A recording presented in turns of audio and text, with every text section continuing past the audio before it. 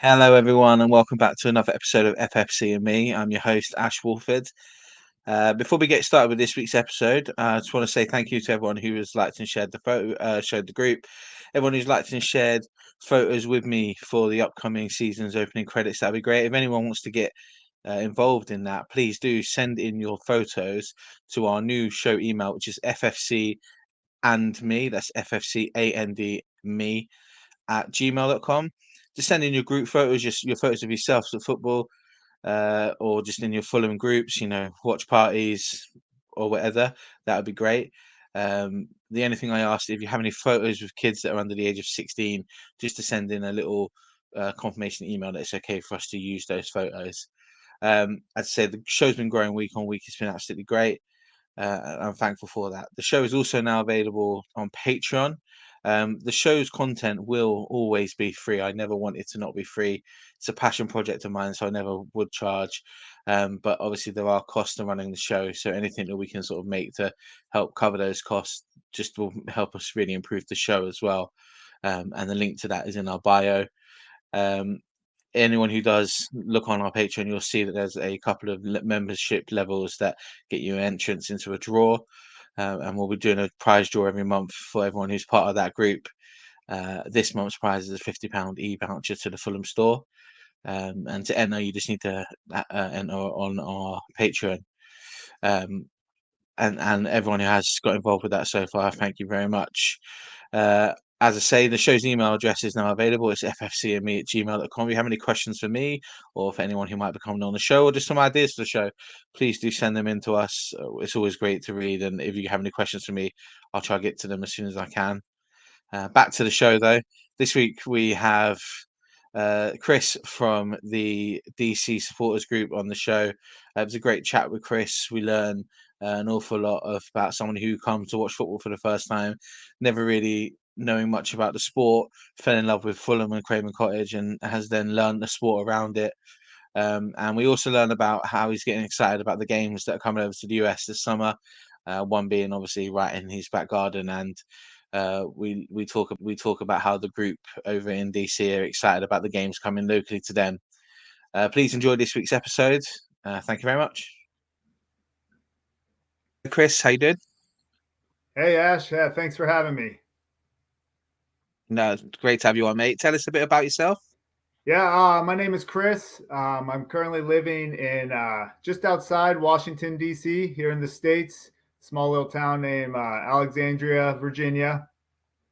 Um, prior to I've lived in Virginia for about 10, 12 years. Was down at the beach prior to, um, but yeah, been a Fulham supporter for a little over a decade now. How did you first sort of get into supporting Fulham? Yeah, it's kind of maybe less common than your normal Americans. I'm a big sports fan. I grew up watching American sports, and back in 2013, my younger brother and I we went over to London. He went there for he was competing in the national triathlons, and I was like, hey, well, if you're going, I'm going. I've never been over to Europe, and so we went to London, and I was like, we were talking, and we were sports fans, never really soccer fans, never football fans, American football. But it's like we're in London, we got to go to a game. Where are we going to go? What are we going to do? And we got our hands on some Fulham tickets, and that was it. It was just like, all right, we're going to go see this Premier League team, Fulham. They're playing this other team, West Brom. We had no idea, and they play at this place called the Craven Cottage, and so we just winged it. We took the train from where we were staying in London. Um, got off. I think we went over the Putney Bridge. Um, Walked down, like we saw the stadium, we saw Craven Cottage. I was like, wow, this is nothing like I've ever seen before. We had no idea what we were getting into. Um, the crowds out front. It was just, I was smitten right away. Um, and we ended up walking down to, I think, the Crabtree. Is that what it's? I think it was the Crabtree. Yeah. Didn't really know. Went there and we hung out, had a couple pints beforehand. Then we went into the game and um, we sat in the Putney end and watched the game. We watched Fulham take a draw, 1-1 draw against West Brom. I think they scored a goal in extra time. I think 92nd minute took the draw. But ever since there, like it was just crazy that what hit me. Like I said, I was a American football fan. I was a baseball fan, and I came back from that trip, and I was stuck. I was You couldn't talk to me about any other sport other than European football and the Premier League, and just the atmosphere and everything around me. I was just like, this is the greatest thing ever. So you know, Fulham just kind of came to me because those were the tickets we got our hands on. But I am so thankful, so glad. I mean, obviously that 2013 year was the year we got relegated. And I didn't know, a lot of people ask me, oh, you're a Fulham fan, Fulham America. Were you a big Dempsey fan, McBride fan? I was like, no, I never really even knew much about those players beforehand. I'm kind of late bloomer. Um, but I came back and I started watching. I was able to watch some Premier League games because that's where they were. Then they got relegated, and it's like, holy cow, what am I supposed to do now? I can't watch them. So I opened a Twitter account, and that's why I have a Twitter account, is strictly for like just finding news. Now there's other avenues, but back in 2013, 14, it was just I was reading people's tweets. I was following them through there. It was just yeah, I was living and dying Fulham. It was great. Was it more the whole aesthetic of like Craven Cottage and then like the fans around you? Because I've been to America. I've done quite a few American sports venues and been to games, and I'm a Red Sox fan, so I've been to Fenway Park a few times. And one of the reasons why I loved and I sort of fell in love with the Red Sox is because Fenway Park reminds me an awful lot of Craven Cottage. There's an awful lot of similarities in the two stadia, and I sort of love that. And I've also been to like baseball games in LA, and I've been to Anaheim and I've been to the Angel Stadium and stuff like that. And it's completely the Craven Cottage, but the fan experience is also completely different for that I find at American sports than it is for sort of football or soccer as you call it. Did you find that as well, or was it something that drew you in, or sort of made you appreciate it a bit more? Yeah, I mean the cottage alone. Again, I am a baseball fan. I've been to Fenway quite a few times. I love Fenway Park. I lived up in Boston for a little bit, and they are very similar. That just kind of community feel, smaller stadium, but the energy's loud. But I loved it. When I saw the cottage, I was just like, wow, this is crazy. They built the stadium around this little cottage, and like going through the turnstiles, these small little doors. I'm like, I was like, wow. And then just the atmosphere, man. We didn't know anyone there, and but we left just I felt like so connected and like part of this little community. Um, but yeah, it was. And then I think just once we were in the stadium and the noise and just the energy that was there, it took me in. And then I just started to really like the game and how football worked, and just I just enjoyed watching it a whole lot more than any other sport. So it was just like I don't have time for anything else. This like I'm in it. I'm watching football, and I'm gonna watch Fulham. That's what I'm gonna do. I find it quite intriguing because obviously I've been to the States a few times and I speak to American sports fans quite a lot, and you get quite a big contrast. And those that also like European football and those that don't, because of the style of gaming. One of the things that I always try to explain to people, I watch American sports all the time, and American sports are a bit different to football, in the sense that it's football's can be full on for 90 minutes, and there's not really much stoppage, and there's not really, you know, players don't have time to think. And I love American football too. Which but it's some people don't like it because they find it a bit too like stop start, and it's a bit too like human chess. But that's one of the reasons why I love football so much, because it's not that, and there's a lot of like winging it, and sort of trying to follow tactics and stuff like that way. Um, so you sort of find the club and then find the sport afterwards. It's actually quite interesting, because obviously most people will have taken interest in the sport and then try pick a club. Yeah. So I find that kind of interesting that you were like, I know Fulham are for me, but then I'll learn the sport around it. It's pretty impressive. No, I never really thought about it. It is kind of funny how it was the club first and then the sport. Yeah.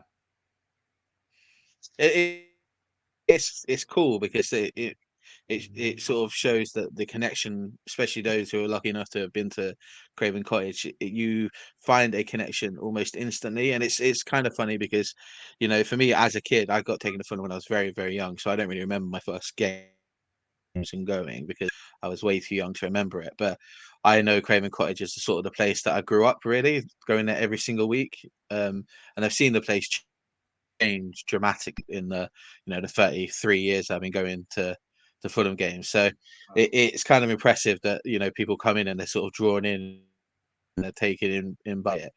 And I love that. One of the things, obviously, we know about you, obviously, is that you run you're part of the DC supporters group. Tell us a bit about the group, sort of how they got started out, and if there's anybody who's listening who's not part of the group who may be in the area who wants to join, how they go about it.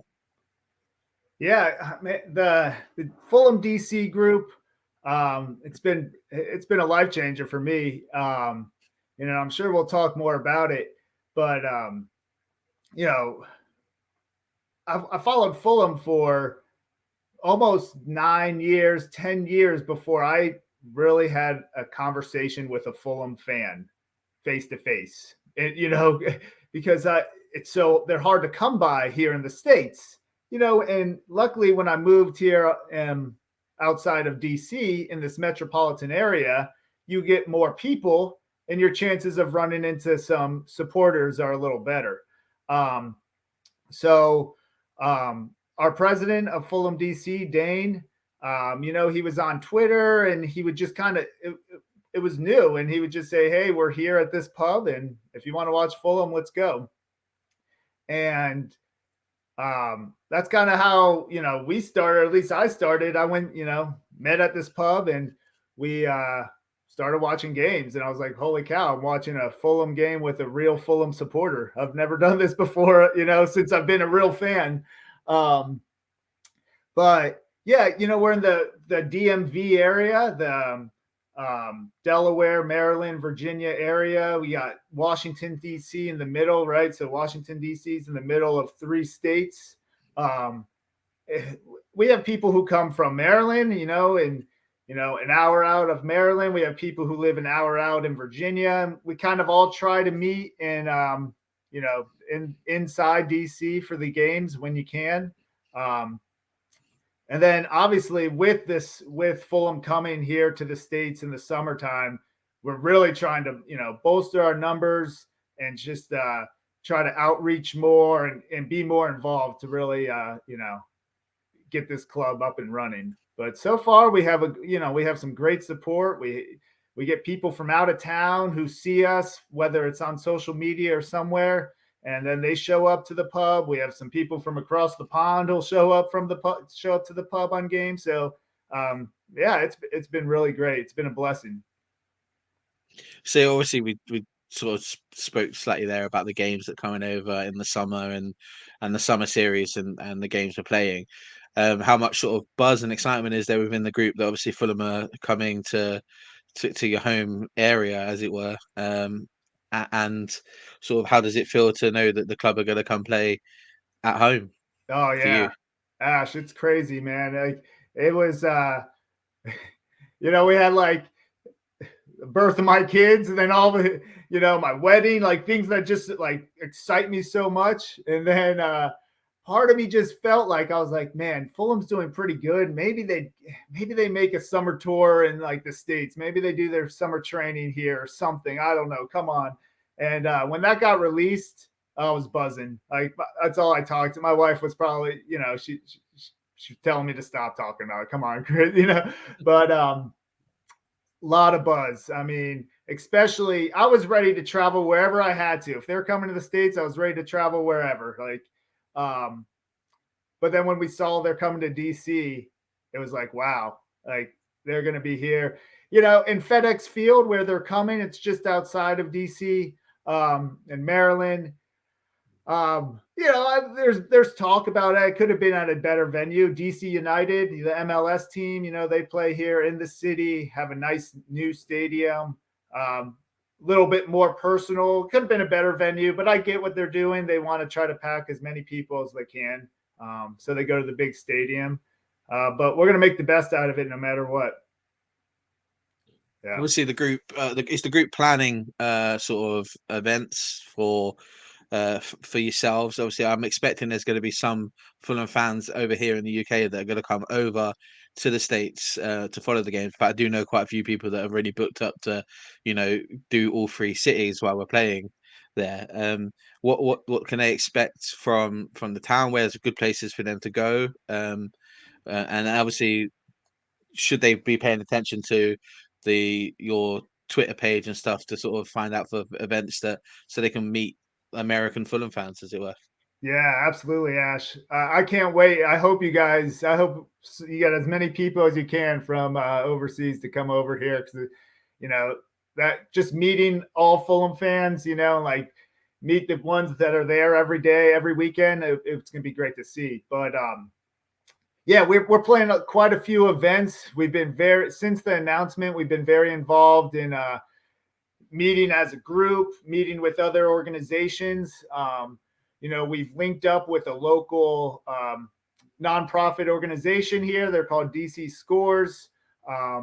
And they work with lower income families and like use football or soccer as a kind of like that meeting point but getting kids to play recreational soccer, but also incorporating academics in it as well. So we're linking up with them to try to get some charity work in,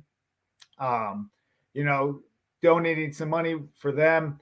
We've linked up with, we're planning a pre-party. So at least the day before, the night before the game, the match on Sunday, having some kind of pre-party. We're still trying to figure out which establishments we'll go to, which pub will host us, the best one to get, the most people in. And so we're looking at a night before meetup. We're also planning, there's some talk. We're trying to maybe get some podcasts over.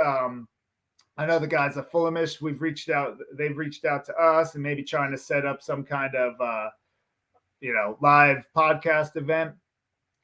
We're planning a big American style tailgate the day of the game, so yeah, again, there's not too many pubs or restaurants around the stadium that they're playing at on Sunday. Yeah. So we're going to bring the pub to the parking lot. That's kind of what we do here in America. And, we have our tailgates, we open our trunks, we have some music, we have some drinks, we have some food, and we hang out in the parking lot for a couple hours before the match. And then we head on in and, support the team. So those are some little things we talked about maybe trying to get a football match in, with supporters and just, kick the ball around. It's going to be a weekend in July in DC area. So it'll be really nice. I mean, Washington, DC, it's, the nation's capital. It's got some great places. It's a nice city, a lot of different restaurants and bars, but then you have all our, the national, like the monuments and the White House and the Capitol. You see these things like if we were going to London and when I went to London and I wanted to see Big Ben and it's a great place just to see a lot of the history of America. Obviously, where's the best place for people to sort of keep up with your plans and stuff? Is it just the Twitter page? Yeah, Twitter at Fulham DC, Fulham DC. So Twitter's the best. We also have our Instagram account, which is also at Fulham DC. Um, and since the announcement, we had a meeting. We're like, hey, we need to make sure we're up on our game for social media, because I know there's a lot of people who are going to be relying on that to get some information. But those will definitely be our best bet. And messaging us probably through Twitter. Yeah, obviously you guys got a big challenge for this game, because this is probably the one game out of the three that we're playing over in the States where I suspect the challenge in terms of fan numbers being heavily on the other side might be a little bit far, but it's an important game for us. Obviously, we're playing Chelsea, which is massive. Yeah. If the game was in London, it would be massive, and they're always quite exciting games for us, especially us as Fulham fans. Chelsea fans, it's a bit of a weird one. They don't really care about the game as much as we do. Yeah.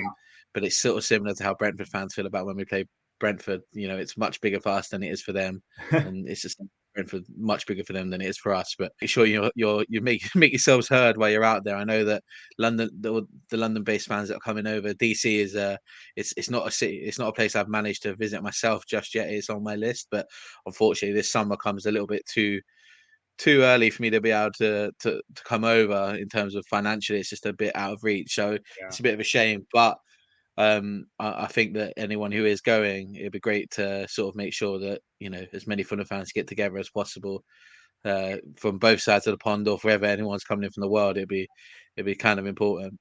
Yeah, we're looking forward to it. We want to host we want to make this a great event.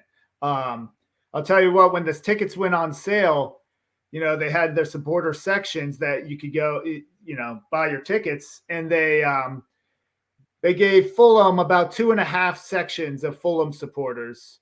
And then on the other side of the pitch is where the Chelsea supporters are. And I think there was 5 or 6 sections that they had for the Chelsea supporters. And then you could kind of see where the seats were, and like which seats were still available. And the Chelsea fans did some work for sure. A lot of those seats were taken and purchased. So they're gonna have a big crowd there. So we need to keep filling up the supporter seats, and got to make ourselves heard for sure. Yeah, I think it's important. Like we I don't think any of us are sort of shocked that Chelsea would have a lot of American fans. Yeah. Established big English team. Obviously Christian Pulisic playing for them, who's obviously a massive American soccer hero at the moment, isn't he? Like he's the main guy advertising wise. I know we have Tim Ream and Robinson, but they're not quite on the same level, are they, in terms of popularity back home? So Yeah. but I think that we have to make sure that we're definitely heard. And I think it would be very nice to make sure that for all the blue wet flags that we see waving, there's enough American Fulham fans telling them where they can put them. Yeah. So that's important. The last couple of questions I always love to ask when we talk about sort of getting to know you. One of the ones that's important for me to ask is obviously about your normal match day routine. And I know that obviously being in America, it's not a routine in terms of coming to games, but when you're sort of keeping up with the game, how do you sort of do that on a match day basis? How do you go about sort of watching the game, or staying in touch with the game? Yeah, it's kind of tough. It's early mornings, so usually the games start around 10 o'clock here Eastern time on Saturdays. So I got young kids, a young family. Um, so most of the times I'm competing with some kind of Saturday morning cartoons. So if I don't make it out to across the pond, the pub we go to down in DC, it's called Across the Pond. Great little football establishment. But if I can't make it there, I'm watching it at least maybe on my phone. I have my app on, and I'm watching it on the phone as I'm walking around trying to feed the kids and meet their needs. Um, but every now and then I'll get it on the television, and I just got to give them warning, maybe like, hey, go upstairs or something. But with the routines, I try to watch every game if I can. Um, and if I'm not watching it, I'm following it on Twitter. If I can't watch that. But yeah, right now it's here at home or over at the pub. Yeah, that's fair enough. Obviously, it's exceptionally difficult when you're not in town or you're not, where the game is, to keep in contact. So I appreciate one of the things that I have found is, and I found it this year actually while I was in Florida for the opening game of the season when we played Liverpool. Sometimes it's actually a little bit easier to keep up with the game for you guys than it is for us here if you're not at the game in terms of watching. I think like I've had friends that have that live on both sides that get better viewing of some games than we do, especially away games that I can't get to and it's not on Mhm. TV that you guys have access to. So that's at least one good thing I guess for you, is that most games you have visual Yeah, we ability could to watch watch. it, which is The Premier League is on the Peacock channel, and we could get every game streamed. We could watch the replays, so it is very nice. Yeah, for sure. yeah. I think I watched the Liverpool game on my phone while in queues at Disney. So I was sort of getting on and off rides watching the game. When Mitrovic scored the first goal, um, I I was very aware that there was another Fulham fan in the queue about like 30, 40 groups ahead of us, No way. because I started shouting, and I heard him shout, "It's 1-0, it's 1-0," and they just sort of pointed at each other and were Oh, waving, that's and then we saw each other as we were getting off the ride. So sort of, that was kind of cool. And I think that we had that, and obviously that leads on to my next question, which is always like one of my faves, is where's this place you've sort of bumped into another Fulham fan, or have you got any sort of cool stories about bumping into other Fulham fans that were maybe a bit unexpected? yeah. I wish, Ash. I wish I had a cool story. I'll tell you what. I wear my Fulham gear all the time. I got my ball cap. I'll put on whether it's my kit or just a T-shirt I have. I'm always wearing it just to try to see if someone bumps into me and says, "Oh, look at a Fulham fan," or I can see. And but it never happened until really I met the Fulham DC supporters. Um, you always run into those fans who know Fulham. That maybe the football fans that know Fulham, they know Dempsey, um, and they'll bring up conversation through that. But and you meet your football fans who they know them. They'll talk about them. Oh man, how why do you support them? But I've never really just like met that Fulham fan and we just went at it and had a great conversation. Yeah. That's real shame. I think it's kind of odd because if you sort of listened to the show before, we still have that here. When I was a kid, like really young as a kid, I used to get really, really excited when I used to bump into other Fulham fans, Yeah. because even living in like South London, you didn't really bump into them very often. Right. So it was always sort of exciting. So hopefully one day you'll get one of those really, really sort of strange ones, because I've had them. I've had loads, especially in America. I've had like when I was in Florida this summer, I bumped in about 5 or 6 different Fulham fans at random times. I had one of the weirdest ones I had. I was in Vegas, and I was standing outside the Bellagio watching the fountains with my wife. It Yeah. was my 30th birthday. It was a day we played Tottenham that day, and like Tottenham scored a winner in like the 90th minute of the game, and I was really angry, like really angry. So my wife was like, "We'll go for a walk," and we went for a walk down by the fountain to watch the fountains as it went, and about 3 or 4 people, obviously I think they were coming out of a sports bar that were Fulham fans, sort of noticed me and come and said hello. So I've had a few of them, and I've had it Yeah. in New York too on Times Square. But that when someone sort of shouted me down, but I wasn't sure they were trying to, you know, flog me like their rubbish CD or something. So I just sort of kept walking. But it's a shame you haven't had it this year. But hopefully, you'll get one, I, especially if everyone's coming over during the summer. Everyone yeah. should look out for Chris. I'm If you're telling coming you. over during the summer, flag him down. Yeah. I'll talk your ear off. We'll have a blast. I mean, I'll wear my Ream jersey. I wore my Ream jersey to DC United game. just to be like, hey, I'm going to another football match. Like someone here's got to be a Fulham fan.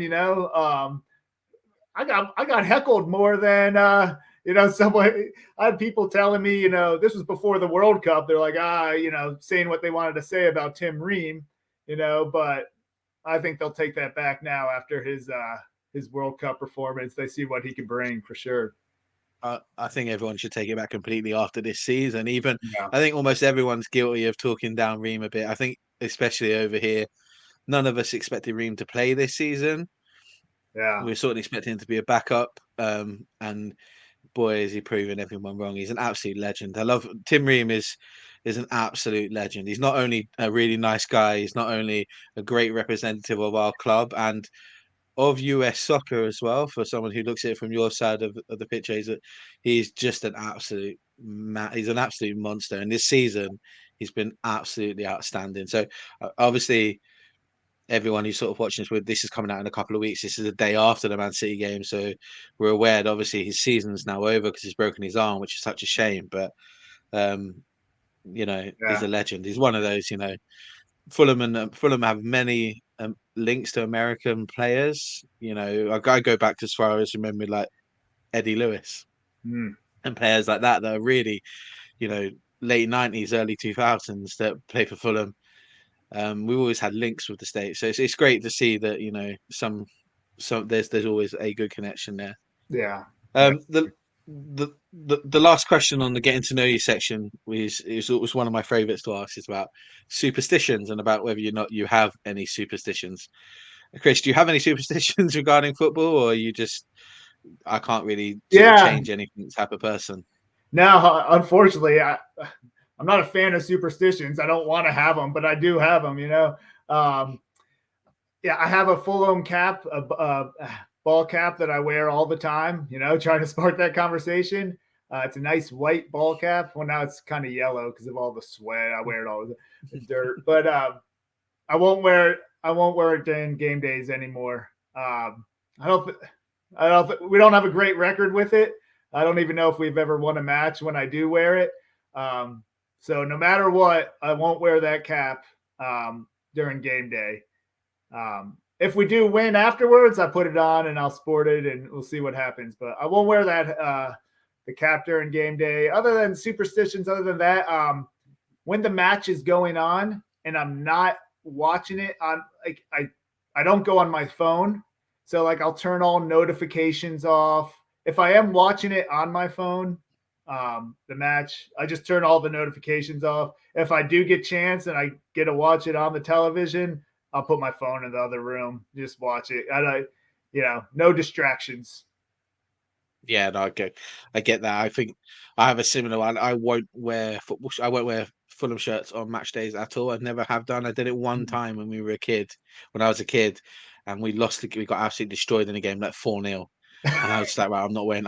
I'm not wearing football shirts ever again to games. I won't even. When England play, I won't wear England shirts either. It's the same thing. It's the same superstition. I'll wear them on a non-match day. Like I'll happily, put my Fulham shirt on now and go out, but I will not wear it to a game ever. Is It's that a just one of those. pretty? But then I know It's a pretty I know common people that the thing. complete opposite way. Yeah. It's not. It's not because I know people that will go to football matches and they'll be like, I'm gonna wear this. I'm gonna. They'll work out what shirt the team's gonna wear that day and they'll wear Oh. it. And they'll be like, I'm always gonna wear my Fulham shirt. And I got a cousin who always wears his Fulham shirt. Like it's the same shirt. He's had it for like forever. I don't know how it still fits him, but he wears it not like every single game, Yeah. because that's his superstition, and that's what it is. Like me, there's many weird superstitions, and there's some that just feel normal. Like me and my cousin, um, we don't really do it as much anymore, but we used to always just before the game was about to kick off, we'd like shake hands and say oh, the score's going to be 3-1, and we do it. And we did it one time and we won 3-1. And then we just carried on doing it for like 6 years, and then it's like we realised that you know what, none of these games finish 3-1. We should probably stop doing this. So, so, so that was that. Yeah. Yeah. Right, Chris. That was the getting to know you section, mate. It was very very cool to go through that. We're going to move on to your top threes. Now, for anyone who's sort of new to the show, hasn't watched the show or listened to the show before, All of these sections of the top three are completely personal to Chris. There's no right, there's no wrong answers. It's all about personal perception. It's goals, kits, games, moments, and memories. Top threes. Again, they don't have to be necessarily great moments. They can be bad moments. They can be good moments. It's all about how they feel for you. So we'll move on to your top three. Your first top three, Chris, which is your top three favorite Fulham goals. Goals. Okay. Yeah, top three goals. So, a lot of my Fulham supporting, watching matches, and a lot of times I don't get to see the match, especially back in the championship days, early championship days. I didn't get to see them all. So I'm sure I'm missing some really good goals. And again, like I said before, my Fulham, I didn't start supporting them until 2013 and really didn't watch any football prior to. So I don't really have much, knowledge on the goals beforehand, but that's what I got. So I say I don't know if it's in any particular order. I started watching them in 2013. September is when I went and I became a fan. That was the year. I think it might have been the next match. It might have been the following home match.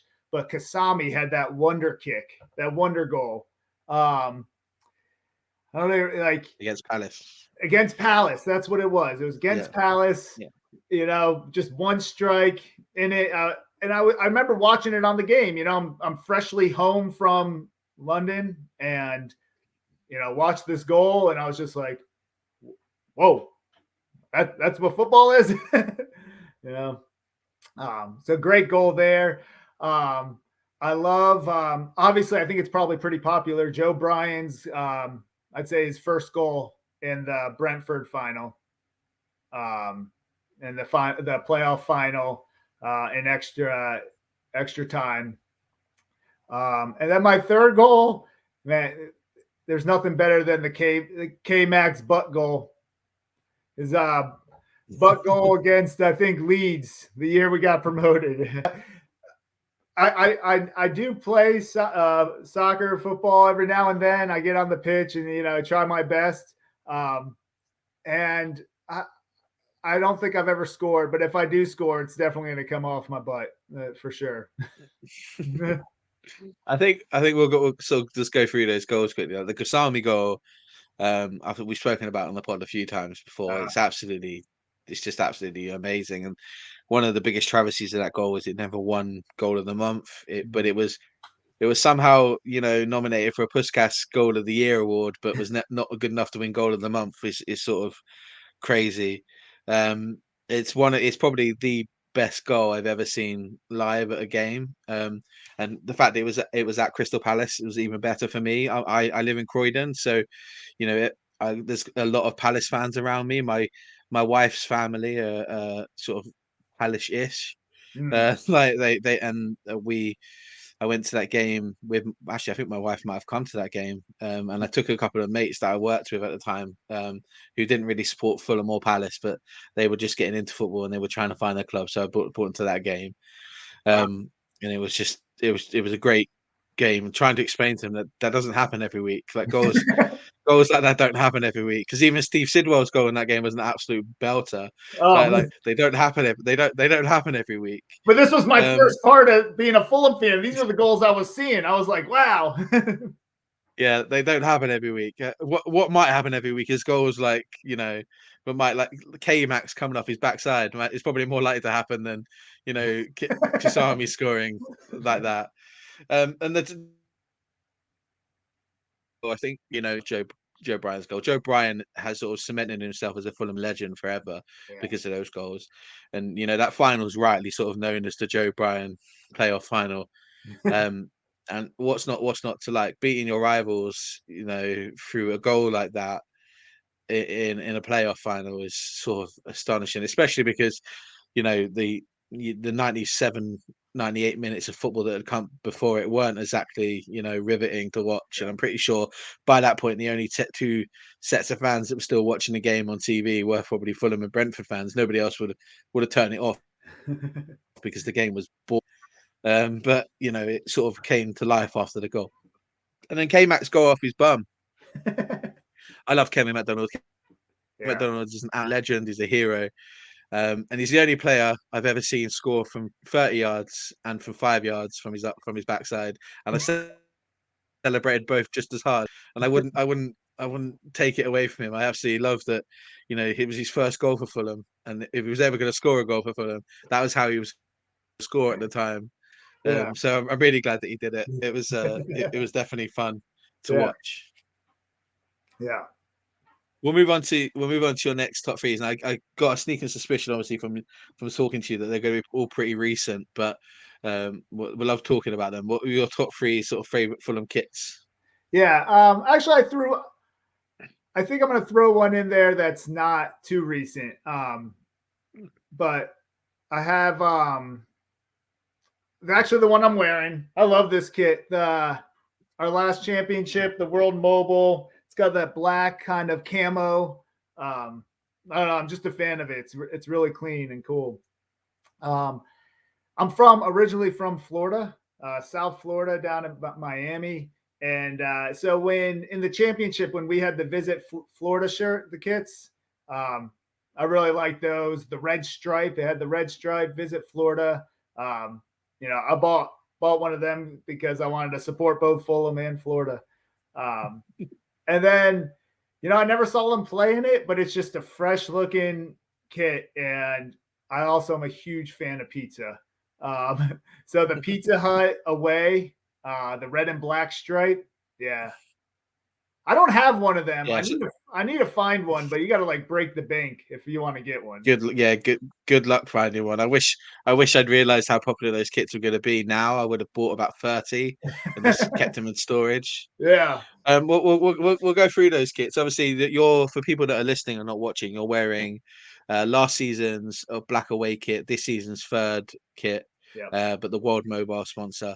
I love that kit. I think it's a very clean away kit, and it's a very simple design, but it looks really really good. And I think that unlike some of our sort of plain black away kits that we've had in the past, there's a little bit going on with the sort of camo as you get close up to it, which I really like. Yeah.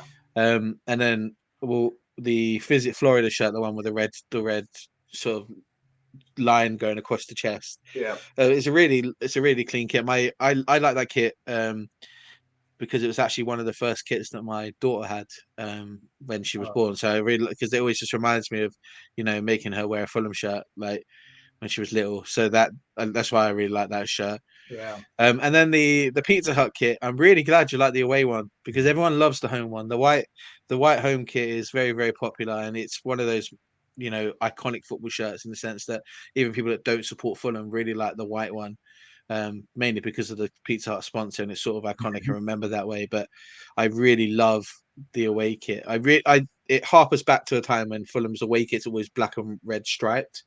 The thickness of the stripes always changed. Some are really thick and some are really thin striped, but I really loved that kit, and I really that out of the two, the black and red striped one is definitely up there. It's one of my top three kits as well. I love it. Cool. I sadly I don't own it anymore. It was sort of destroyed when a couple of years after accidentally by somebody, but it's up there one of my favorite kits, and it's just a shame that we don't have them. And to say, if you want to try buy one now, good luck. They are very expensive. I think I saw one a couple of weeks ago. It was about £250. Oh, So good luck trying to find one. yeah. Yeah. We'll move on to the next one. This is top three favorite Fulham games. Now these are games that you don't necessarily have to have been at, but what are your top three favorite Fulham games? Man, I loved watching last season. I watched a lot of the matches last season, and it was just fun to watch. I kind of wish I was able to get over there and see a game. I haven't been over since that first game, so I've only been to the cottage once. But I mean, I can't throw that whole. If I could throw the whole season, last year's championship season, those games they were just fun, whether it was the 7-0s or whatever.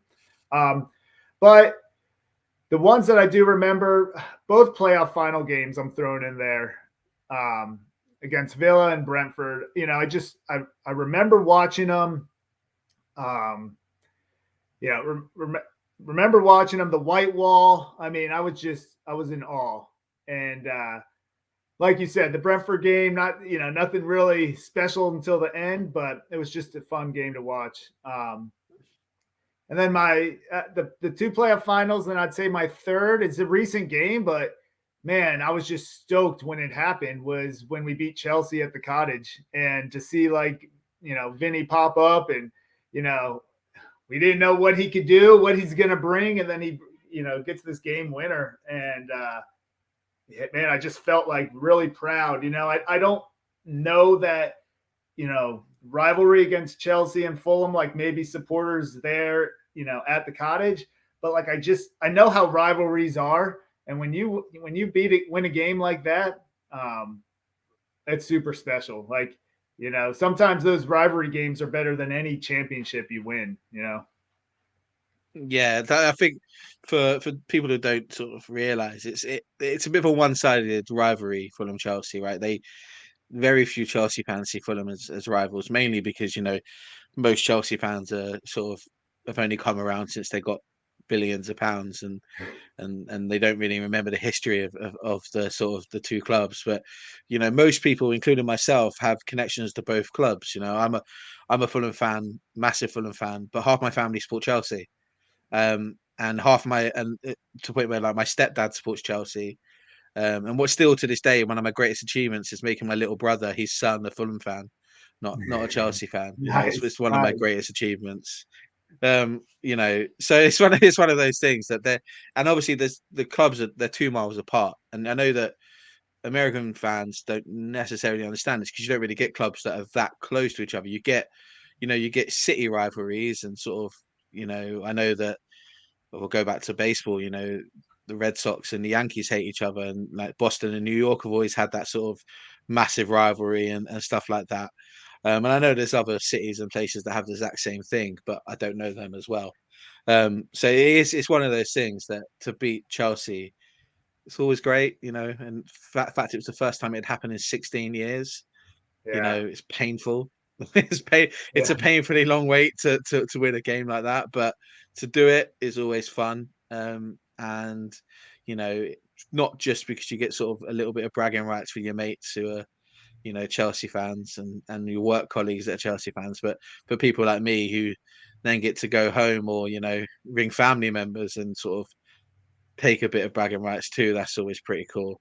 yeah, And the Brentford playoff final and the Aston Villa playoff final, they were just special days. yeah, I know that people that managed to get over to watch the Aston Villa game. Um, it was just the occasion of watching Fulham play at Wembley that was mainly special. And the White Wall was part of that sort of special occasion, and it was magic to be a part of. It was pretty special. And it's great that a lot of people who maybe who didn't come and to be a part of it still sort of got to experience those days and sort of feel those joys.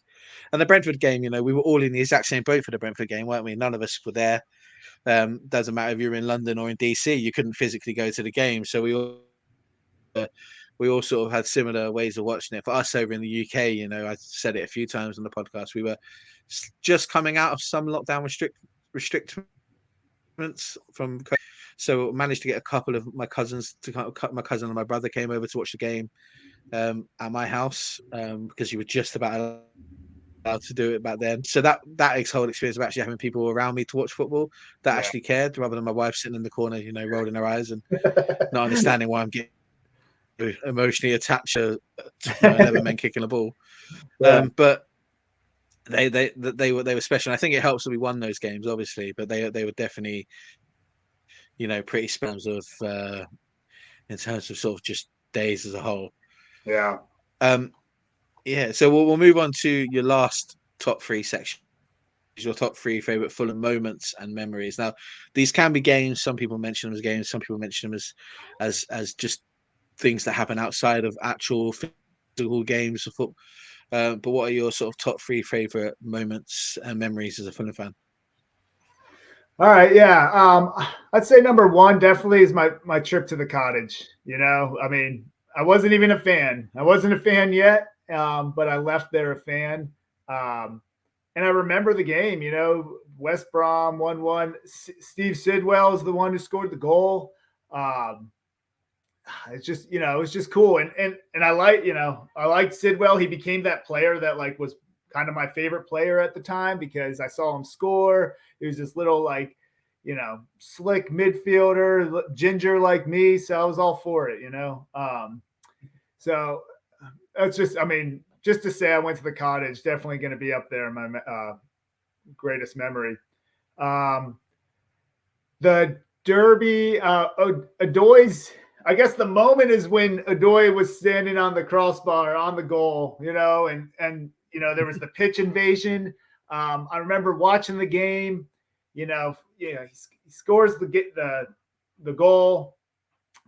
We go to the playoff championship, but then like to see the pitch invasion, and I just felt it at home. I was just like, holy cow! Like I just felt the energy, the fans running on the field, and then just to have Adoy kind of like jumping on this crossbar, fist pumping. I'm like, man, like I want to do that.